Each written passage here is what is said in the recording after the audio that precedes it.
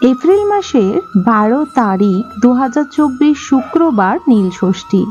বন্ধুরা, এই নীল ষষ্ঠীর দিন কিন্তু বিশেষ করে পালিত করা হবে দেবাদিদেব বাবা মহাদেবের নীল ষষ্ঠী পূজা। তাই অবশ্যই আপনারা এই কার্যগুলি খেয়াল রাখবেন।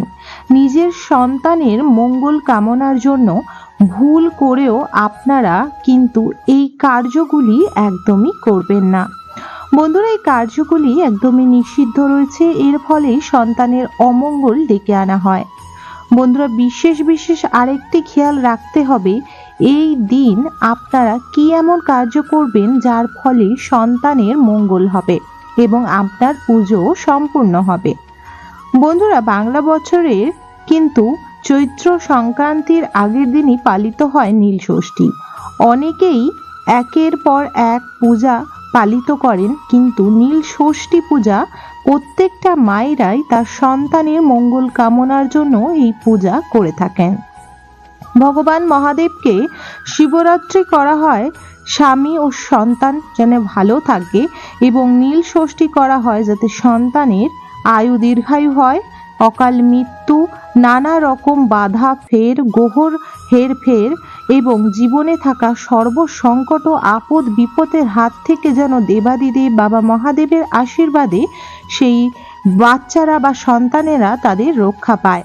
তাই মা এই উপবাসটি করে নিষ্ঠা সহকারে দেবাদিদেব বাবা মহাদেবের পূজা দিয়ে থাকেন। বন্ধুরা, এই দিন আপনাকে বিশেষ কিছু কার্য আছে যা করতে হবে, এবং বিশেষ কিছু কার্য যা একদম ভুল করেও করবে না, যার ফলে হতে পারে অমঙ্গল। অবশ্যই তার আগে আপনারা জেনে নিন পুজোর শুভ মুহূর্ত, পুজো কখন পড়েছে এবং পুজো কখন ছেড়ে যাচ্ছে। নীল ষষ্ঠী 2024-এ পূজা পড়েছে 29শে চৈত্র 1430, 12 এপ্রিল 2024 শুক্রবার। বন্ধুরা, বিশেষ এটি খেয়াল রাখতে হবে যে কখন এই তিথি শুরু হয়েছে 11 এপ্রিল বৃহস্পতিবার সন্ধ্যা 6টা 21 থেকে, এবং তিথি সমাপ্ত হবে 12 এপ্রিল শুক্রবার বিকেল 5টা 30। বন্ধুরা, এবারে খেয়াল করে রাখতে হবে যে দীপদানের শুভ মুহূর্ত কি। দীপদানের শুভ মুহূর্ত হচ্ছে 12 এপ্রিল শুক্রবার বিকেল 4টা 11 থেকে বিকেল 5টা 53 পর্যন্ত। বন্ধুরা, এবার আপনাদের নীল পূজার দিন কি কার্য একদমই করতে হবে জেনে নিন। সকাল সকাল একদমই ঘুম থেকে উঠে ঘরের বাসি কাজ সেরে নিয়ে স্নান করে সর্বপ্রথম আপনারা সূর্য দেবতাকে অর্ঘ্য অর্পণ করবেন, মানে জল অর্পণ করবেন। সূর্য দেবতাকে জল অর্পণ করার পর আপনারা কিন্তু যে নিত্যদিনের সেবা সেটি করবেন, এবং দেবাদিদেব বাবা মহাদেবকে স্নান আদি করিয়ে পুষ্প মাল্য এবং তার সঙ্গে ভোগ নিবেদন করে পূজা করবেন। বন্ধুরা, সর্বপ্রথম ঘুম থেকে উঠেই মাত্র হাতের কর দর্শন করার পর ধরতী মাতাকে নমস্কার করার পর আপনারা অবশ্যই দেবাদিদেব বাবা দেব মহাদেবকে অবশ্যই আপনারা নমস্কার করবেন। এবং সেই দিন যদি আপনার ঘরের দুয়ারে কোনো গরিব দুঃখিনী ক্ষুধার্ত মানুষ আসে, তাহলে আপনি কিছু খাদ্য অথবা কিছু অর্থ সাহায্য হাত অবশ্যই বাড়িয়ে দেবেন। দূর করে কিন্তু একদম ভুল করেও তাড়িয়ে দেবেন না। বন্ধুরা, ঈশ্বর কখন কোন রূপে আপনার পরীক্ষা বা আপনার কাছে আসে সেটি জানা বড় দায়, কিন্তু তার থেকে বড় কর্তব্য হলো আমরা মানুষ, আমাদের কাছে যা আছে তাই আমরা সন্তুষ্ট থাকা দরকার, এবং কিছু গরিব দুঃখিনীদেরও সাহায্য করা দরকার। বন্ধুরা, তারা দুঃখিনী মানুষ বলেই হয়তো আপনার দুয়ারে তার হাতটি ফেলিয়ে আপনার কাছে কিছু ভিক্ষা অর্জন করার চেষ্টা করছে, তাই আপনি অবশ্যই আপনার সামর্থ্য অনুযায়ী কিছু দেবেন। বন্ধুরা, এই দিন যদি আপনার বাড়ির আশেপাশে কুকুর, গরু এবং বিড়াল, কোনো পশু বা কোনো পাখি থাকে, অবশ্যই তাদের দানা বা ফল, বিস্কুট অবশ্যই অর্পণ করবেন। বন্ধুরা, কুকুর হোক, গরু হোক বা পশু পাখি হোক, আপনারা তাদেরকে যদি খাওয়ান, এতে দেবাদিদেব বাবা মহাদেব অনেক খুশি হন এবং পশুপতিনাথও বলা হয় দেবাদিদেব বাবা মহাদেবকে। তাই অবশ্যই পশু পাখিদের খুশি করলে ঈশ্বর অবশ্যই খুশি হয় এবং তাদের আশীর্বাদে আপনার সন্তানের অনেক অনেক মঙ্গলময় জীবনযাপন পাঠ করে বা সে পায়।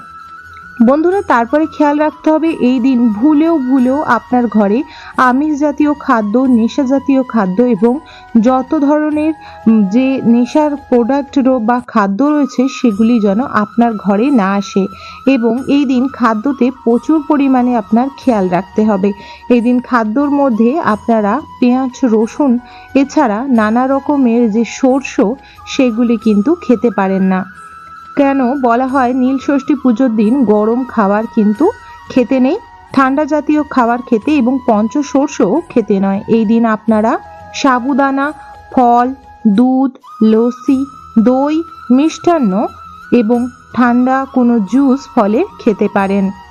কিন্তু যারা পারবেন অবশ্যই তারা কিন্তু উপবাস থেকে এই পূজাটা করবেন এবং নীল ষষ্ঠীর পূজা সম্পূর্ণ হলে দেবাদিদেব বাবা মহাদেবের প্রসাদ নিজের সন্তানদের খাওয়ানোর পর আপনি প্রসাদটি সকলের উপরে অবশ্যই এটি দেবেন, সকলকে খেতে দেবেন এবং তারপরে নিজে অবশ্যই খাবেন।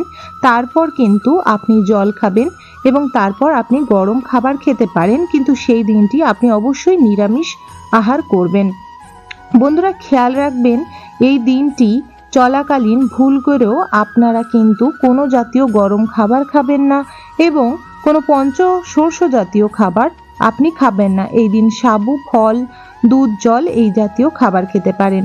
এবার বলে দেব এই দিন আপনারা ভুল করেও কোনো সন্তানকে, নিজের সন্তান হোক বা কোনো বাচ্চা কাচ্চা কাউকেই কোনো প্রকার মুখে ঝামটানি বা কোনো প্রকার কথা এমন বলবেন না যাতে ওদের অমঙ্গল বা ক্ষতি হয়। বন্ধুরা, আমরা রাগের বশতে নিজের সন্তানদের মাঝে সাঝে এমন ধরনের কথা বলে ফেলি যেটি আমাদের পরে অনেক লজ্জিত বা অনেক মুখে বাদে বা মনে হয় এই কথাটি আমি কেন বললাম।